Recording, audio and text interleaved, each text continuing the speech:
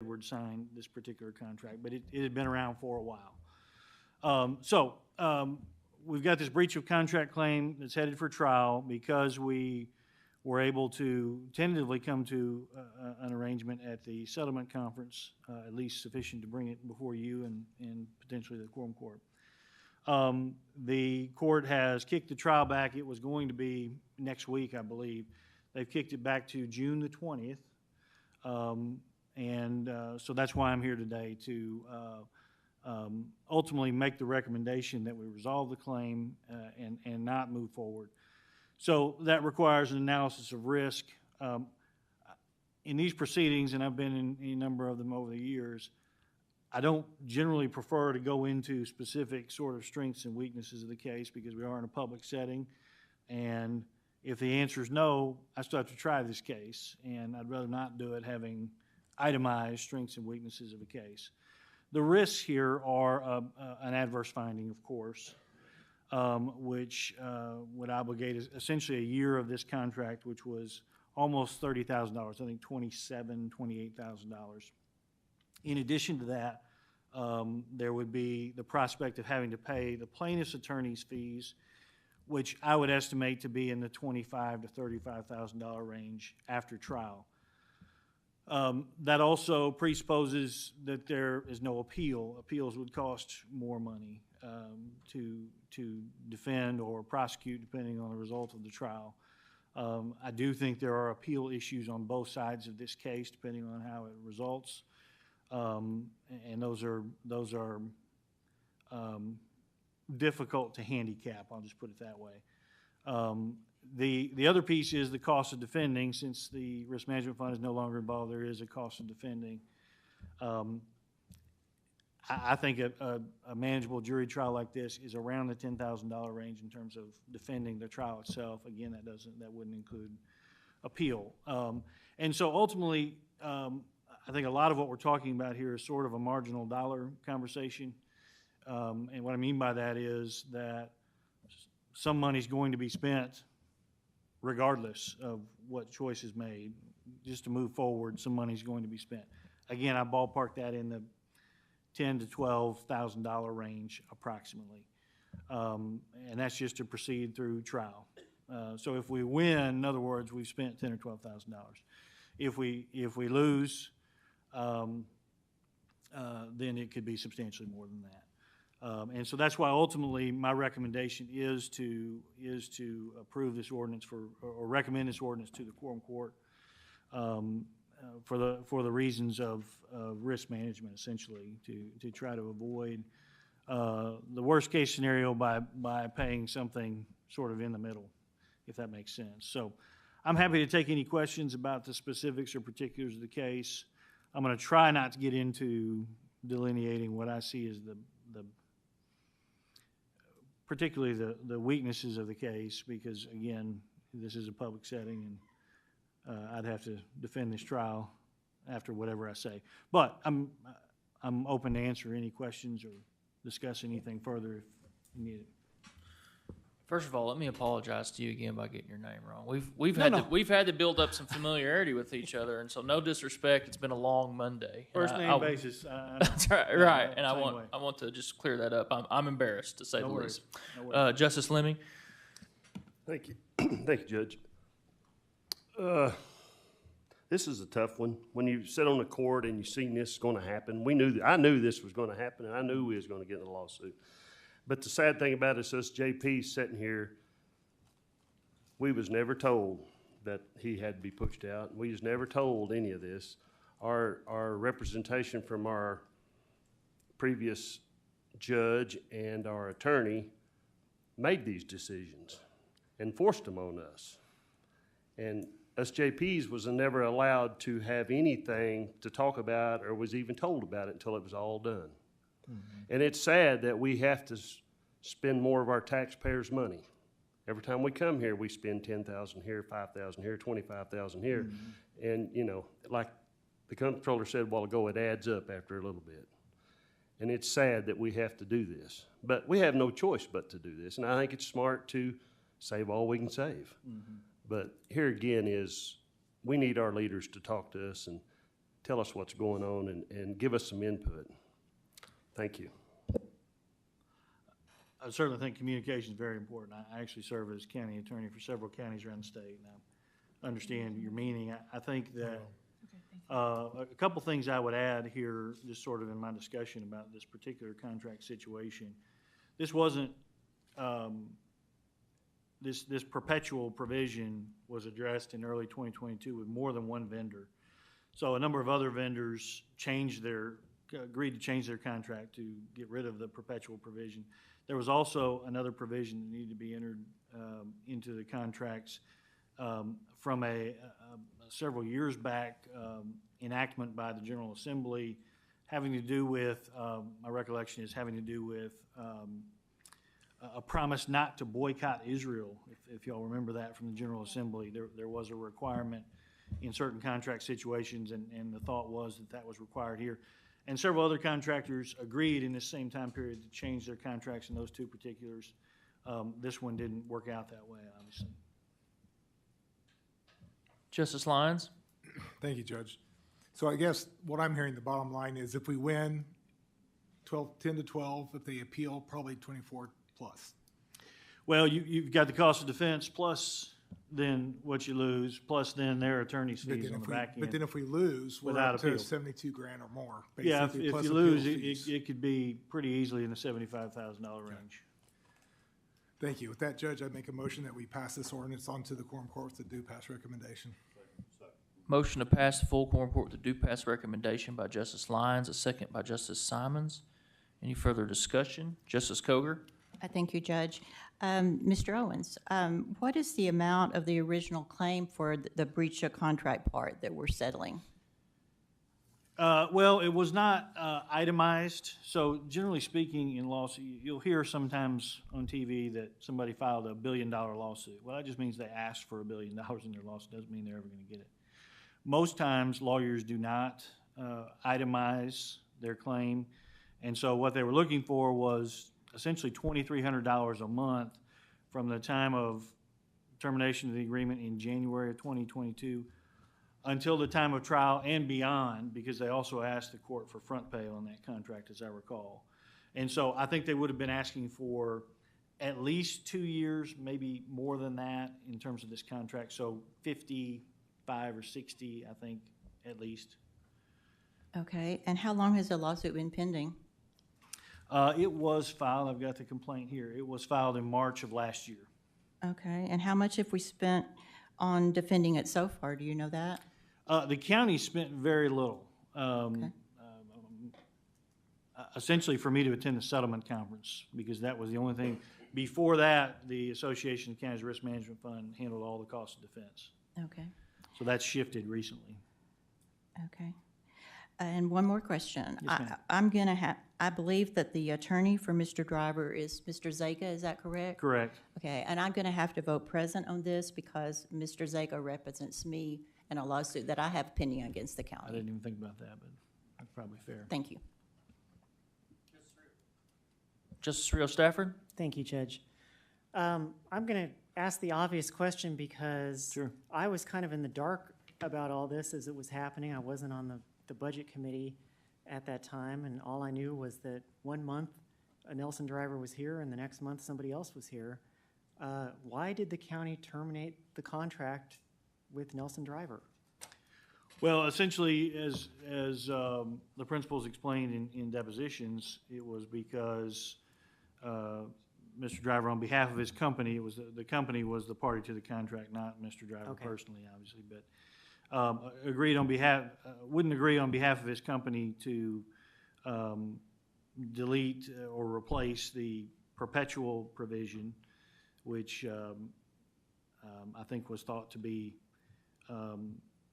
illegal. I certainly think it's illegal to require somebody to continue working past the time that they want to continue working, if that makes sense. I also think,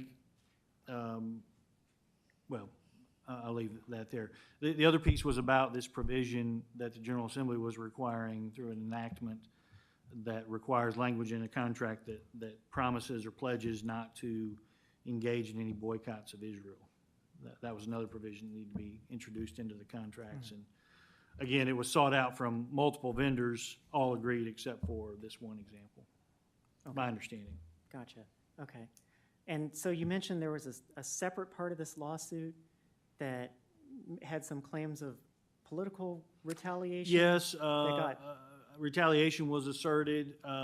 Essentially, the claim there was that a Facebook post was made by the county attorney in 2018, I believe, whenever the election was back then. It was not Judge Wood's first election, but the second, That would have been 2018. 2 years later, 2018, I believe, that a Facebook post was made by the county attorney in response to a post by Teresa Driver, and that that post was interpreted by the plaintiffs in this lawsuit as being politically motivated, and that based on that political motivation as purportedly expressed in 2018, the contract was canceled some 3.5 years later as a result of that retaliatory motive. The court dismissed those claims on summary judgment. Okay, thank you. Sure. Further questions for Counselor Owens? Any other discussion? With that, we'll move to public comments. Public comments on this item? All right, we'll take up the question. I have a motion to pass item number 11.1 to the full quorum court with a due pass recommendation by Justice Lyons, second by Justice Simons. All those in favor? Those opposed? Item 11.1 will move to the full quorum court with a due pass recommendation. Thank you, Counselor Owens. Thank you. Item 12.1, an ordinance amending the collector's budget for 2023. I believe I see Collector Wood back there. Collector Wood, would you like to come introduce this and give us some background on this ordinance?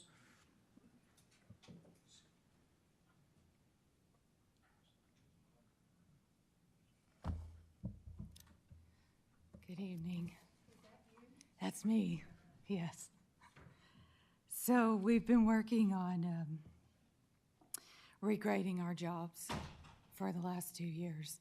And so we regraded the last part of our jobs, which is the upper management. And so a few of them moved up more than one spot, more than one grade. And so we're giving them a promotion for that. And then we have a couple that we want to change the names of the titles on those jobs. Questions or comments for Collector Wood? Cue your microphone up. Please cue your microphone. I'm sorry. Justice Coger? I'll make a motion that we pass this ordinance. Thank you. I have a motion to pass item number 12.1 with the due pass recommendation to the full quorum court by Justice Coger, second by Justice Dean. Further comments or discussion? Yeah, go Elks. Very apparently. Without any public comments, I will take up the question. I have a motion to pass item number 12.1 to the full quorum court with a due pass recommendation by Justice Coger, second by Justice Dean. All those in favor? Those opposed? Item number 12 will move to the full quorum court with a due pass recommendation. Thank you. Good to see you, Yeah. Collector Wood.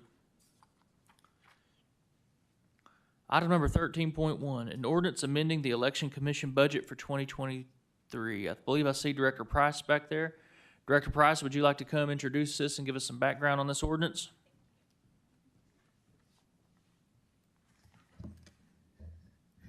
Good evening. The Election Commission is requesting a salary adjustment for our staff as well as our poll workers. Our office is only part-time employees. And so during the 2022 or 2023 adjustment salary discussions, our office was not included in those salary adjustments. So we have worked with the HR director and with the judge's office to come up with a salary adjustment plan for our staff as well as for our poll workers for this year and then obviously going forward.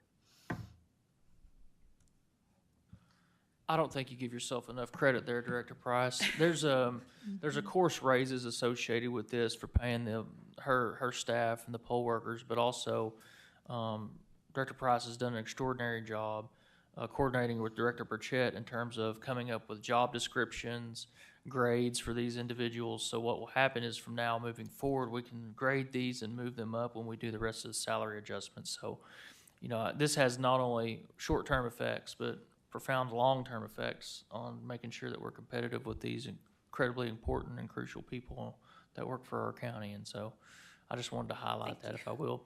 The other thing for the good conservatives in the room, when we see this dollar figure, can you please go in? I think it'd be good for the education of the quorum court to hear about how you get reimbursed for some of those expenses from the state.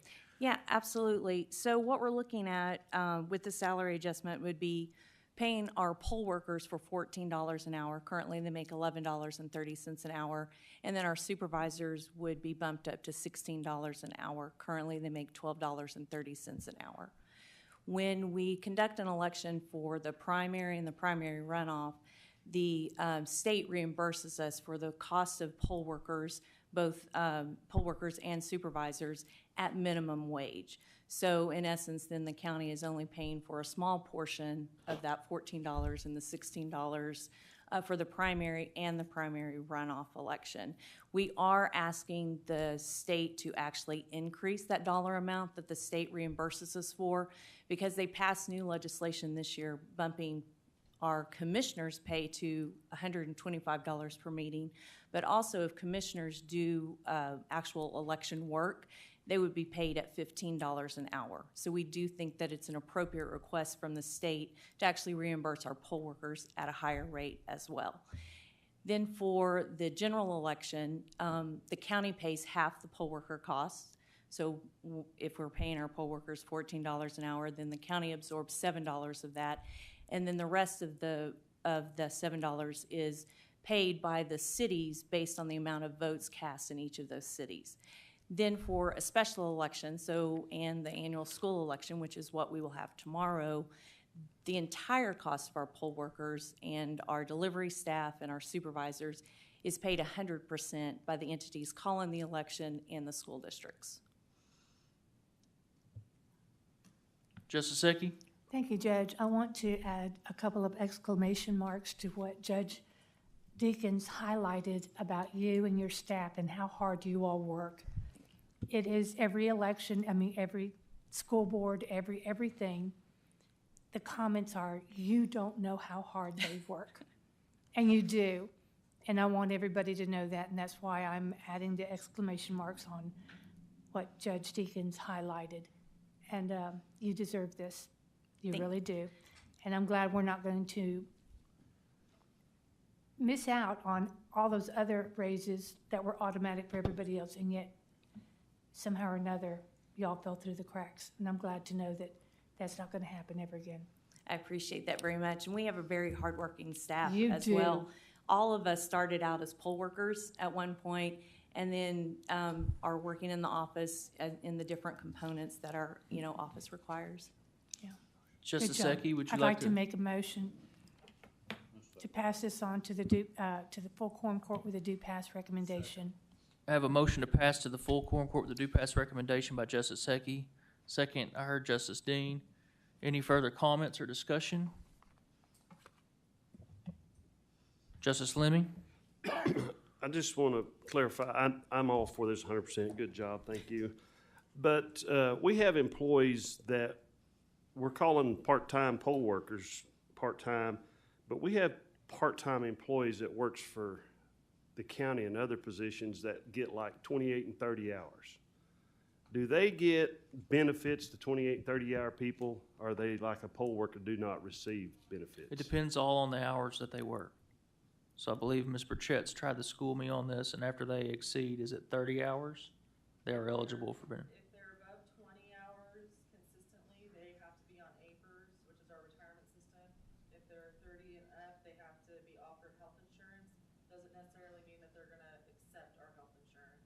So 20 above, they're eligible to participate in APERS. So in 30 the hours above, they're eligible for benefits. So in the HR department, that employee, 20, 30 hours, will it be looked at the same as a part-time employee like the election commission, or is it going to be, how's that going to work?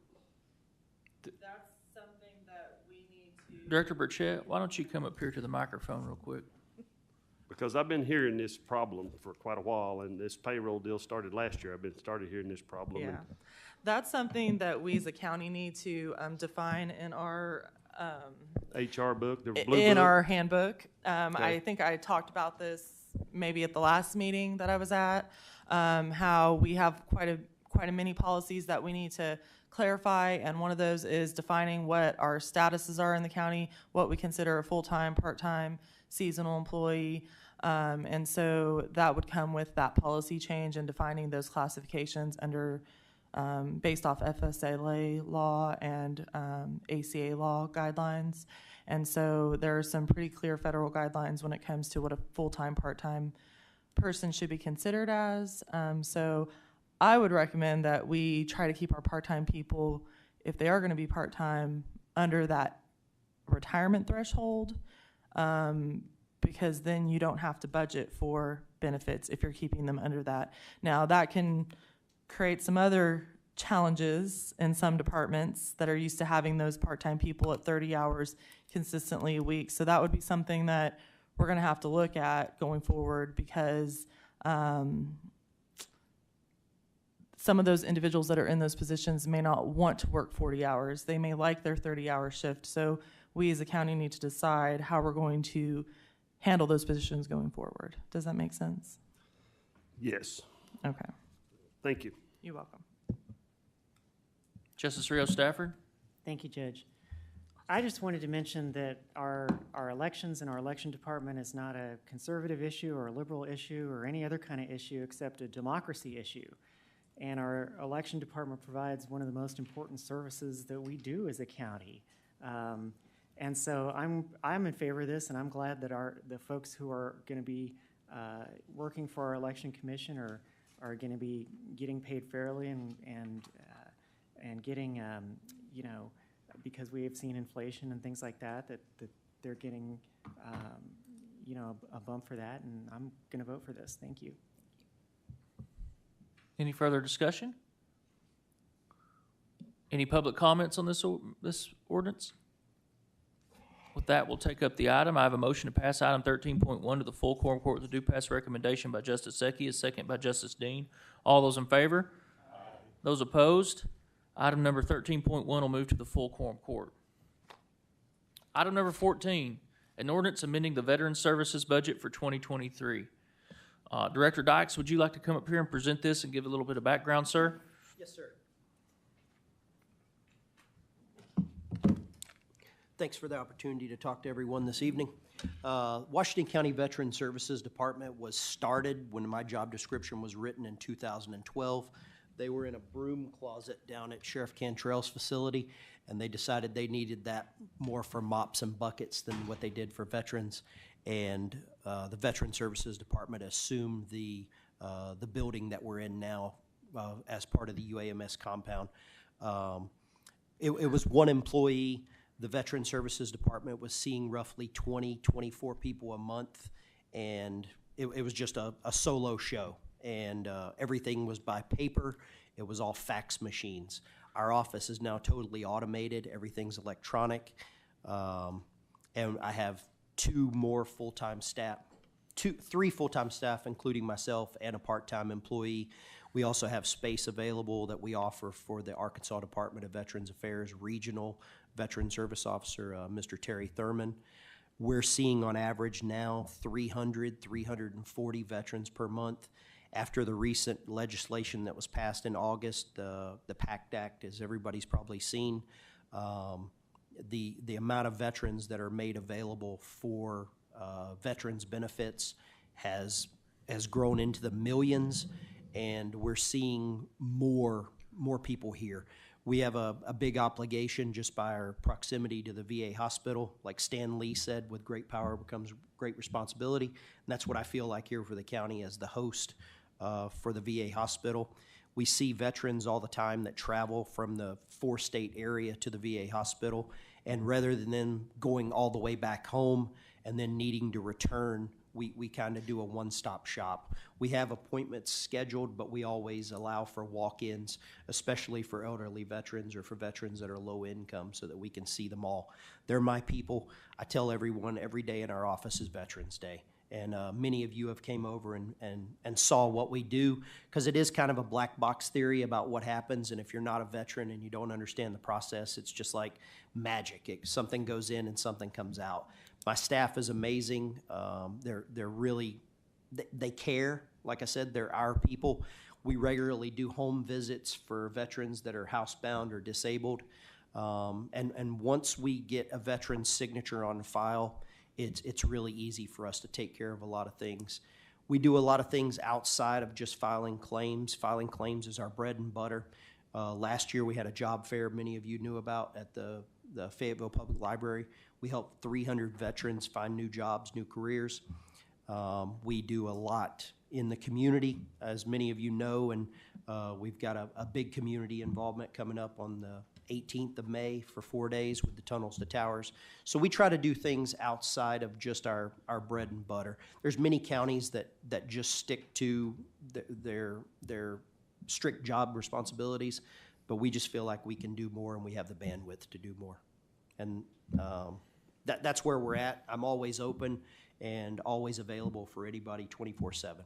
So if you know any veterans, if you have any veterans, I ran into JP Eckey at, I think it was Sam's Club, and she was like, hey, I've got a veteran that I need some help with. Here's my number, and we make it happen. So if you have any questions, feel free. I'm an open book.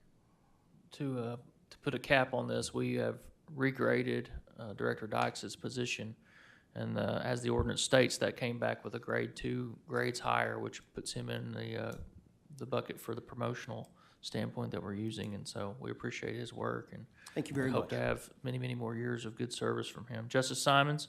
Thank you, Chair. Thank you, sir, for the work you do in serving those that have served our country and continue to serve our community. With that, Chair, I make a motion that we approve this to the full quorum court with a due pass recommendation. I have a motion to pass to the full quorum court with a due pass recommendation by Justice Simons, a second by Justice Ricker. Did I hear that, sir? Any further comments or discussion on this item? Could I say one thing, Judge? You can. I know I'm going to send out a formal invitation for everyone for the Tunnels to Towers event.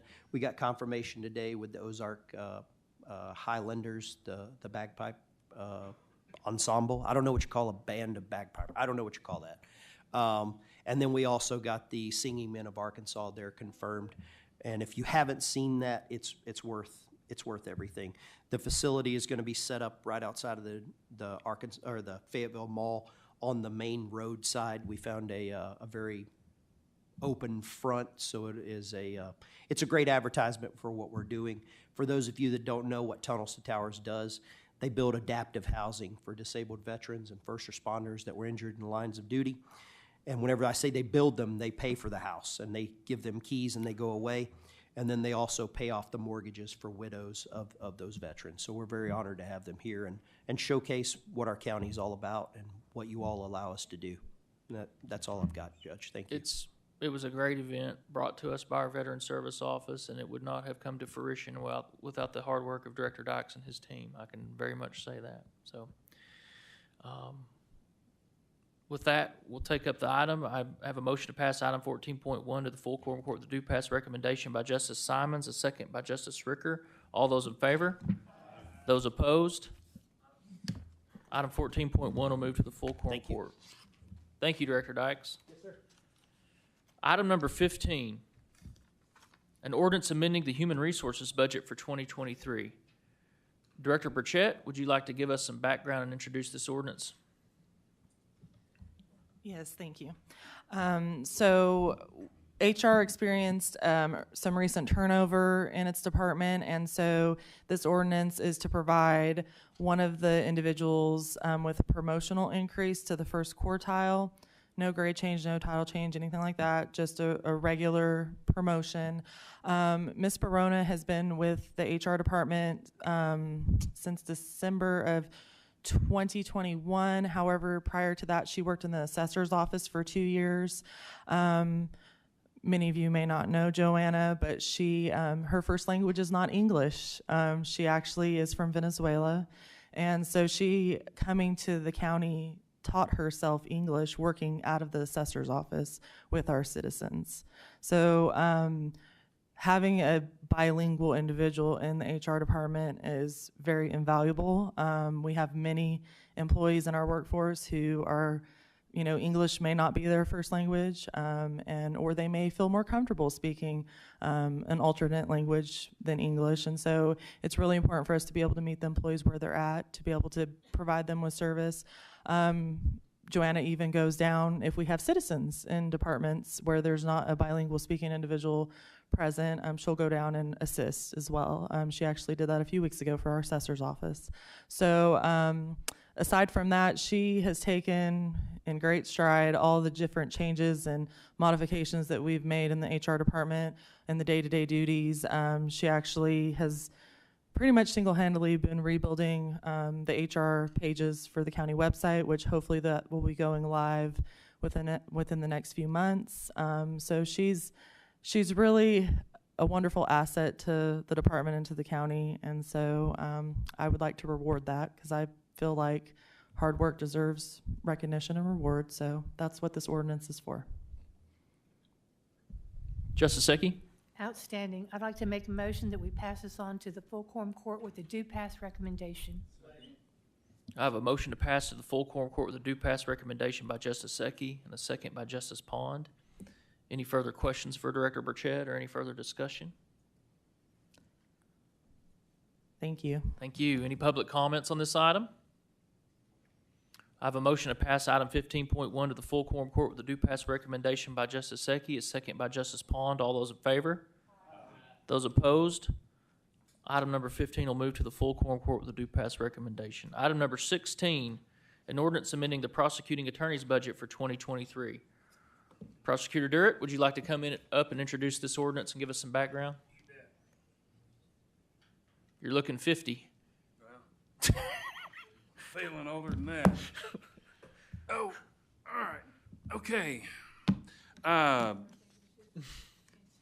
2 weeks ago, he finished a mini marathon. Yeah. And had his birthday the next day. Is that exactly.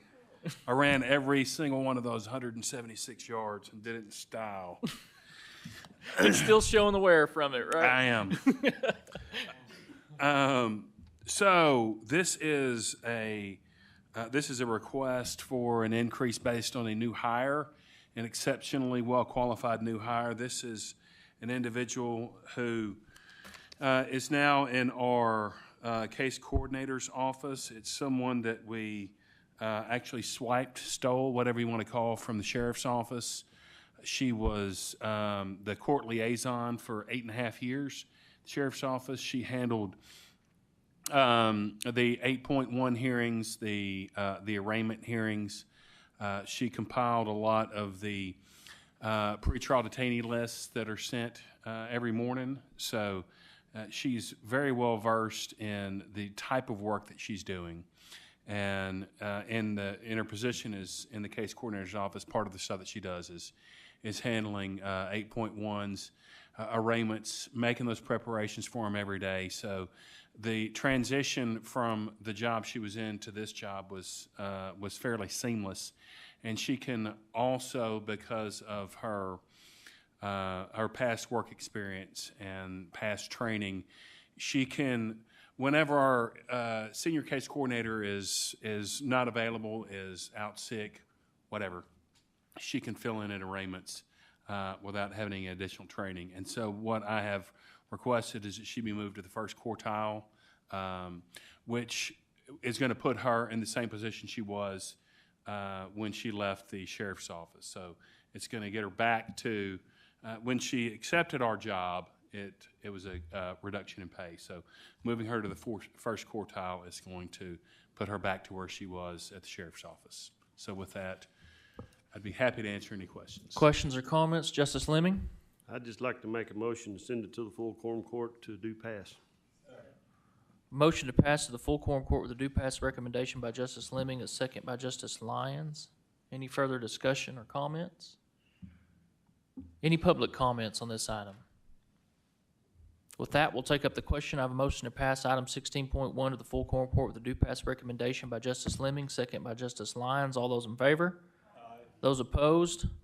Item number 16 will move to the full quorum court. Thank you, Prosecutor Durrett.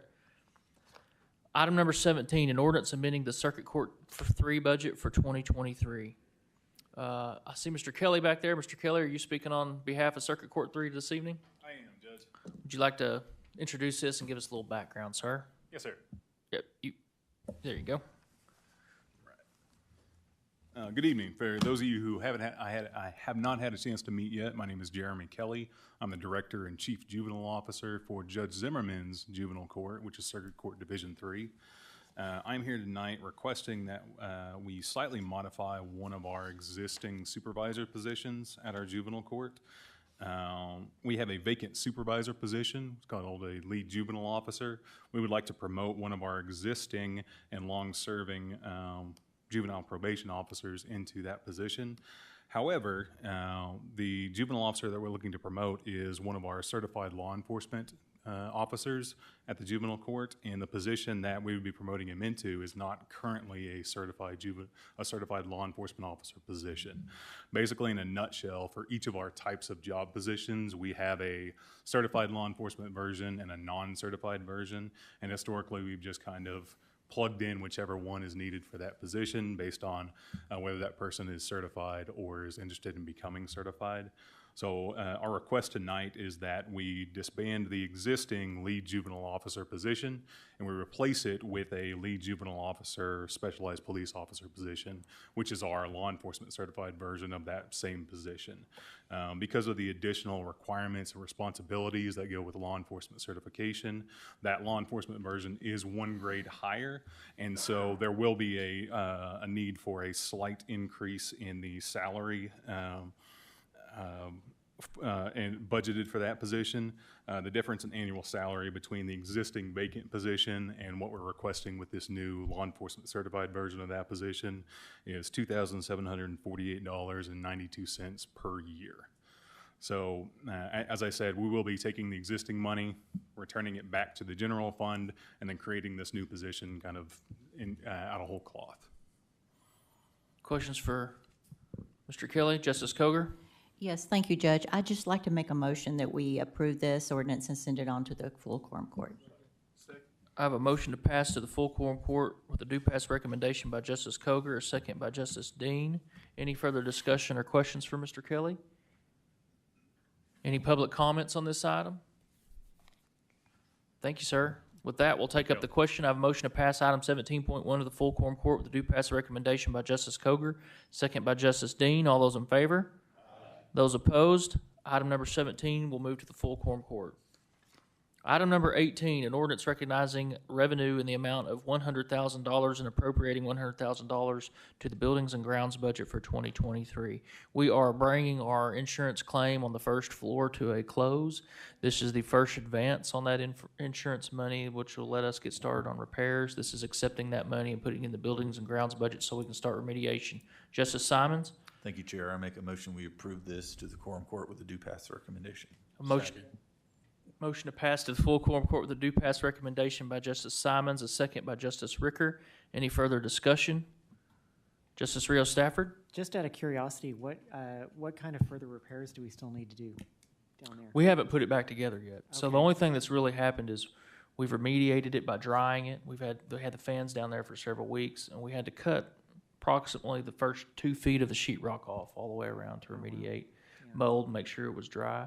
And so now it's just putting all that back together, all that sheetrock back together. We're going to have to replace some, maybe some carpeting, and of course, all the cosmetic stuff that goes back in once we get that drywall back on there. Paint and everything else. All right, thank you. Justice Coger? Yes, thank you, Judge. This reminds me, I just wonder where we are on settling the claim about the storm damage from May of 2020. We hope to have some very positive news about that very soon. So Chief Johnson's been working on them to get that settlement or that claim settled, and we think we're at a very, very close to bringing that to a close. Okay, thank you. Any public comments or any further discussion? Sorry about that. Any public comments on this item? I have a motion to pass item 18.1 to the full quorum court with a due pass recommendation by Justice Simons, a second by Justice Ricker. All those in favor? Those opposed, item 18.1 will move to the full quorum court with a due pass recommendation. Item number 19.1, an ordinance establishing the budget for the county communications department for 2023. I have the pleasure tonight to introduce our new director of communications, Mr. Tad Sowers. You guys were very gracious and very forward-looking by approving that position for us a few months ago. We did a big search for that. I'm excited to have Director Sowers. I'm going to let him speak to a little bit of what he foresees his vision to be for his position. But what I would like to report is this budget, this ordinance does not reflect reality very well in terms of what's happening here. Is his salary was placed in the judge's budget because we didn't have a budget for him previously. So this is moving his salary from the judge's budget to his own now new budget. And there's new spending attached to that, and it starts on line item number 42 and moves on to there. Director Sowers needs some budget to cover office expenses and some those types of things. And so this has new spending attached to it of $6,400. The other amounts are purely moving his salary from the judge's budget to the new Director of Communications budget. And with that, Director Sowers, would you like to just give a little bit of background and your vision for your position? Sure. After discussing it with the judge, it really is going to come down to kind of a three-headed monster, as it were. It's going to be coordinating all internal communications to put our best foot forward, all external communications, so dealing with the media, and then, of course, the social media aspect, taking over those. Right now, it's just a Facebook account. I am working diligently with our IT department to recover our Twitter and Instagram, so look out for those as well. But just a few numbers to throw at you. Since I've come on, our post reach on Facebook is up 35% to 22,065. Post engagements up about 10% to about 4,008. And new page follows is actually up 211%. That's just more people coming on and looking at what we do. Our top post was a Buildings and Grounds post with Judge Deacon's office on finishing Brentwood Park that reached over 9,000 people. So we really are getting out there and getting to the people, which is what we envisioned for this position. I've invited Director Sowers to now make his way throughout the county and get with our other elected officials. I see a great coordination effort to there. And then also I want you guys to really reach out and use Director Sowers as a resource to keep you informed if you have questions. And that by no means is am I trying to hide from your inquiries at all, but he might be more readily available and get you informed so you can answer constituent questions or whatever that may be. Justice Ecke? Oh, sorry. Yes. I have an unusual last name. How do you spell your last name? Sours. That's simple. Just like it Ecke, sounds. E-C-K-E. We originally were S-A-U-E-R, and then the United States military changed that for ease of pronunciation in World War II. That's cool. All right, welcome. Thank you. Thank you. Questions or comments? Justice I'd like Rios to make a there? motion to pass this on. Okay. I'm sorry. A motion to pass item number 19.1 to the full quorum court. The due pass recommendation by Justice Ecke, a second by Justice Dean. Justice Rios Stafford? Thank you, Judge. Would it be possible to get regular updates like this, just really quick, brief updates on our communications efforts and our metrics and things like that? That's absolutely. something I'm super interested in, even if it's, maybe every other month at a quorum court meeting or whatever Judge Deakins decides. Sure, absolutely. I think that's very possible. Yeah. Yep. Yeah.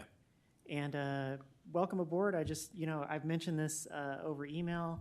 Mr. Sowers or Director Sowers taught my nieces at Haas Hall Academy a few years back, and they both had really great things to say about you. Thank you.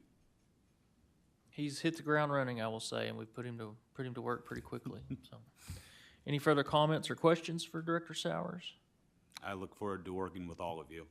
Oh, and I did have a comment from earlier. Joanna's awesome. She did I'm brand new here. It's my third week, and she did all of my onboarding, and she was incredibly patient. So well deserved there. Good. Any public comments on this particular item? With that, we'll take up the question. I have a motion to pass item 19.1 to the full quorum court with a due pass recommendation by Justice Zeki, a second by Justice Dean. All those in favor? Those opposed? Item 9.1 will move to the full quorum court. 20.1, an ordinance amending the circuit clerk's budget for 2023. I believe I see Circuit Clerk Sylvester back there. Circuit Clerk, would you like to introduce this and give us some background, sir?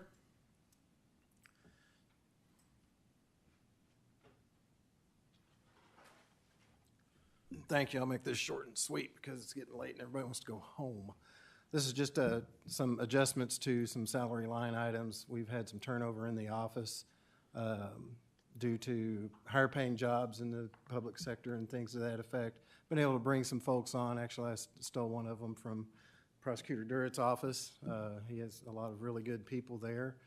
And these folks bring to the table not only a second language of being able to be bilingual, but also some of these folks have extensive accounting experience and also experience with the Office of Child Support Services. And I'll be happy to answer any questions that anyone might have. Any questions for Circuit Clerk Sylvester? Justice Lyons? Make a motion, we pass this to the full quorum court with a due pass recommendation. Second. I have a motion to pass to the full quorum court with a due pass recommendation by Justice Lyons, a second by Justice Simons. Any further discussion? Any public comments on this item? With that, we'll take up the question. I have a motion to pass item 20.1 to the full quorum court with a due pass recommendation by Justice Lyons, a second by Justice Simons. All those in favor? Aye. Those opposed? That will move to the full quorum court with a due pass recommendation. Justice Simons? Thank you, Chair. If it's the appropriate time, I'd like to make a motion. We put items 8 through 20 on a consent agenda.